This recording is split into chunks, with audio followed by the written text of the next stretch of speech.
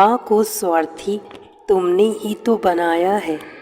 पल्लवी जी की आदत थी कि सुबह उन्हें गर्म पानी चाहिए होता था, इसलिए सुबह से 2 बार उठकर कमरे के बाहर निकल कर आकर देख चुकी थी, लेकिन अभी तक बहू कंचन और बेटा सुभाष उठे तक नहीं थे। जब तक उन लोगों में से कोई एक उठेगा नहीं, तब तक उन्हें गर्म पानी मिलेगा नहीं। बात ये नहीं थी कि पल्लवी जी गर्म पानी कर नहीं सकती थी, बात यह थी कि बहू रात को रसोई का काम खत्म कर रसोई में ताला लगा देती थी। अब जब तक ताला खुलेगा नहीं, पल्लवी जी को गर्म पानी मिलेगा नहीं। आखिरकार घड़ी में जब 10 बज गए और पल्लवी जी से रहा नहीं गया, तो उन्होंने हिम्मत करके बेटे के कमरे का दरवाज़ा खटखटाया।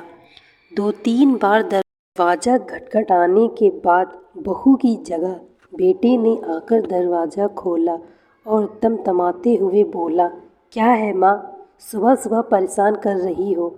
बेटा, मुझे गर्म पानी चाहिए था, रसोई में तो ताला लगा हुआ है, तो तुम रसोई का दरवाज़ा खोल दो ताकि मैं गर्म पानी कर सकूं। एक दिन गर्म पानी के बगैर नहीं रह सकती हो माँ। क्या माँ, रोज़ तो कंचन करके दे ही देती है ना। आज संडे था, इसलिए सोचा था कि थोड़ा आराम से उठेंगे, पर आप भी ना। कहते कहते सुभाष अंदर कमरे में गया और पत्नी को जगाया।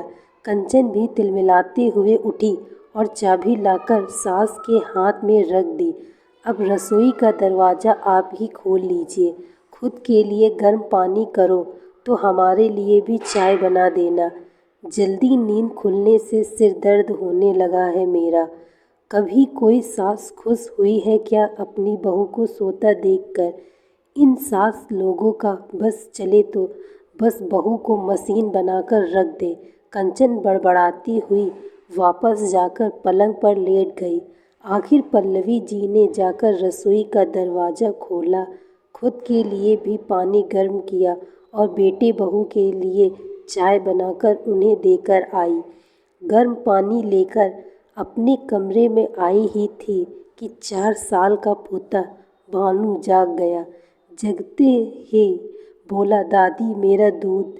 उसे देख पल्लवी जी मुस्कुरा कर बोली, हाँ मेरे बच्चे, अभी लेकर आई।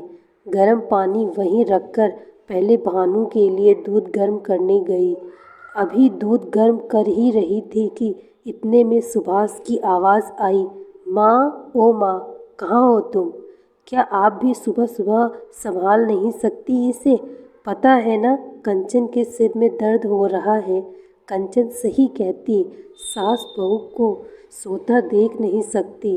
कहते कहते सुभाष भी रसोई में आ गया, साथ में भानु भी गोद में था।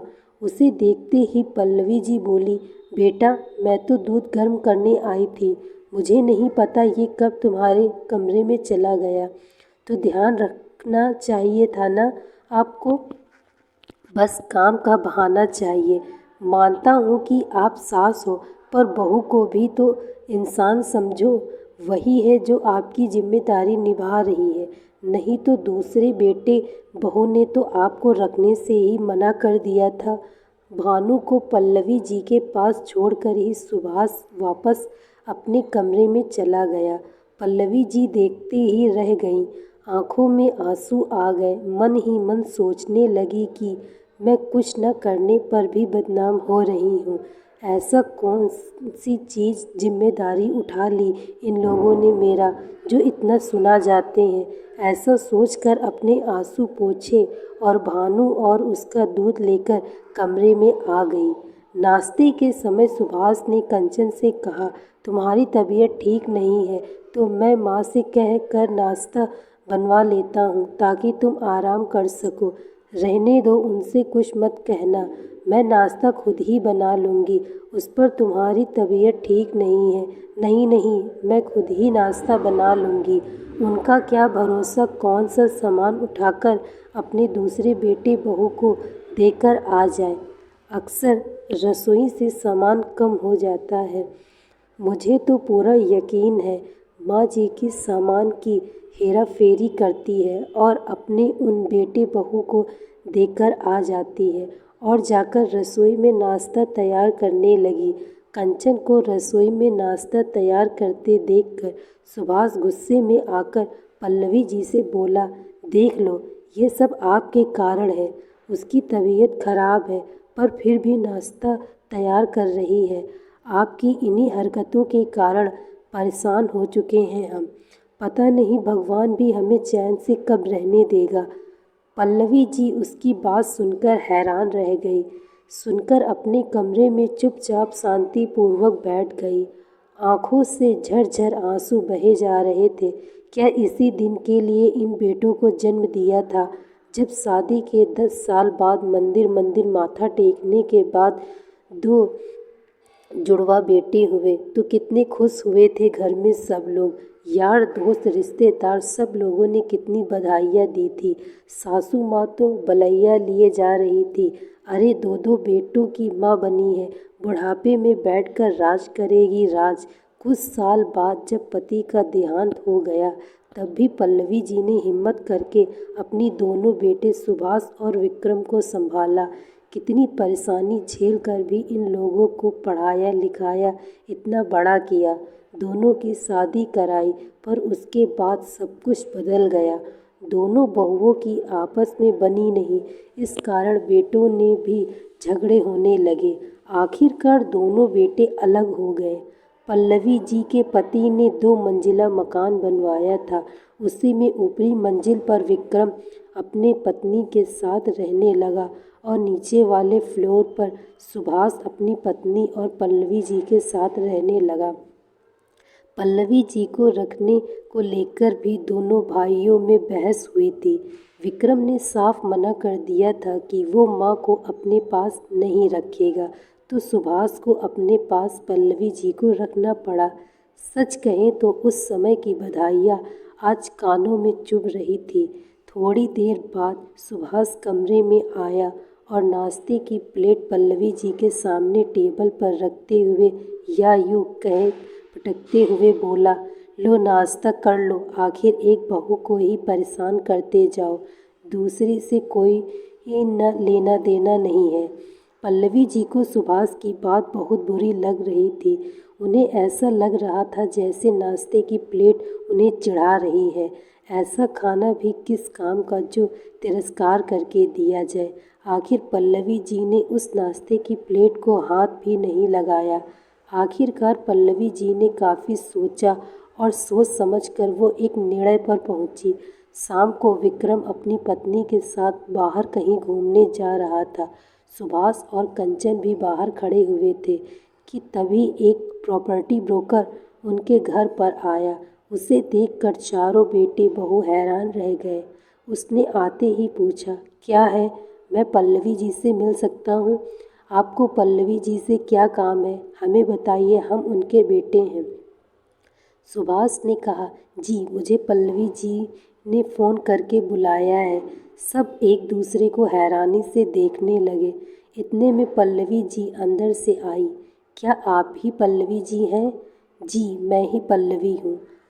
आप जी आपने सुबह फ़ोन किया था मकान को बेचने की बात करने के लिए। अरे हाँ, मैंने ही आपको फ़ोन किया था।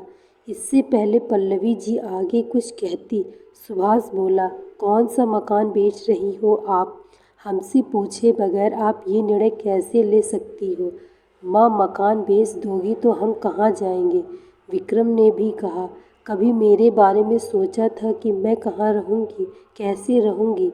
सुनाने में तुम लोग तो मुझे कोई कसर नहीं छोड़ते हो। मकान तो मेरे पति का बनाया हुआ है, मेरे नाम पर है, फिर किस हक से मकान में हिस्सा मांग रहे हो? पर माँ जी, समस्या क्या है? मकान को बेच दोगी तो आप उन पैसों का करोगी क्या? कंचन ने कहा, सोच रही हूँ कि वापस गांव चली जाऊँ, जहाँ से ज़िंदगी की शुरुआत हुई थी, वहीं जाकर अपनी ज़िंदगी के अंतिम दिन देखूँ। इसलिए मैं मकान बेचकर गांव में ही ज़मीन खरीद रही हूँ और वहीं रहूँगी। फिर हम लोगों का क्या? छोटी बहू ने कहा, मुझे नहीं पता, तुम लोगों के हाथ पैर चलते हैं और उससे भी तेज़ जबान चलती है। अपने आप कमाओ और अपनी प्रॉपर्टी बनाओ, बाकी मुझे नहीं पता। माँ, तुम इतनी स्वार्थी कैसे हो सकती हो? सुभाष और विक्रम एक साथ बोले। जो भाई एक दूसरे की शक्ल देखना पसंद नहीं करते थे, आज एक साथ हो गए थे। माँ को महानता का चोला मत पहनाओ। जैसे बेटे स्वार्थी हो सकते हैं, वैसे ही माँ भी स्वार्थी हो सकती है, और तुम जैसे बेटे हो तो माँ ऐसी ही होनी चाहिए। मैं यह मकान बेच रही हूँ और यह मेरा अंतिम निर्णय है। तुम लोग अपना बंदोबस्त देख लो, कहकर पल्लवी जी उस ब्रोकर को मकान दिखाने चल दी। कुछ महीने बाद वो मकान बिक गया और पल्लवी जी गांव में एक मकान लेकर वहीं रहने लगी। फ्री टाइम वहाँ बच्चों को पढ़ाती थी और गांव के शांत वातावरण में अपनी ज़िंदगी जीती थी। जब उनको किसी की ही जली कटी और तिरस्कार भरा भोजन नहीं खाना पड़ेगा, यहाँ तो अपनी मर्जी से रहती थी। और वो पल्लवी जी बहुत खुश थी, क्योंकि यहाँ कोई रसोई में ताला नहीं लगता, वो खुद ही मालिक थी। दोस्तों, मैं आशा करती हूँ आपको यह कहानी अच्छी लगी होगी। यदि कहानी अच्छी लगी हो, वीडियो को लाइक तथा चैनल को सब्सक्राइब अवश्य करें। आने वाली ऐसी ही कहानियों को सुनने के लिए बेल आइकन को प्रेस करें। Thank you so much watching this video. Like, share and subscribe.